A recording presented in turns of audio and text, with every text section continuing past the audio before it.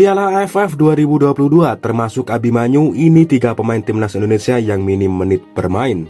Timnas Indonesia harus puas dengan capaian semifinal Piala AFF 2022. Pasukan Sintayong harus gagal melewati Vietnam dalam duel 2 leg babak semifinal.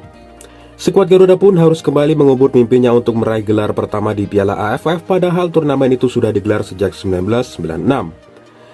Pelatih timnas Indonesia membawa 23 pemain untuk menghadapi Piala AFF 2022. Namun tak semua pemain selalu mendapatkan kesempatan bermain dari Sintayong. Seperti 3 pemain yang akan kita bahas pada ulasan di bawah ini, akankah situasinya akan berubah ketika 3 pemain di bawah ini mendapatkan kesempatan bermain yang lebih banyak di Piala AFF 2022? 1. Ilija Spasojevic. Ilija Spasojevic boleh saja memiliki 5 kali penampilan di Piala AFF 2022. Namun 4 dari 5 penampilan itu dilalui Spaso sebagai pemain pengganti. Spasojevic pun tak bisa berbuat banyak. Pemain Bali United itu pun harus bisa mencetak gol 1 di Piala AFF 2022. Menariknya, gol Spaso itu dicetak ke gawang timnas Brunei Darussalam di babak grup. Spaso menjadi starter dalam laga itu. Kedua, Ramdan Sananta. Ramdan Sananta menjadi pemain termuda kedua di skuad timnas Indonesia pada Piala AFF 2022. Ia harus sedikit lebih tua dari Marcelino Ferdinand, 18 tahun.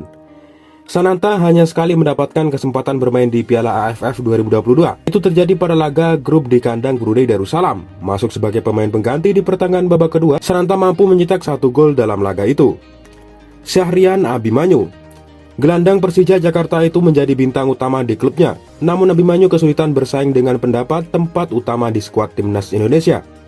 Sintayong lebih percaya dengan Marcelino Ferdinand yang 4 tahun lebih muda ketimbang Abimanyu. Abimanyu hanya sekali bermain di Piala AFF 2022. Menariknya, ia mampu mencetak 1 gol pada penampilan sematawayangnya itu.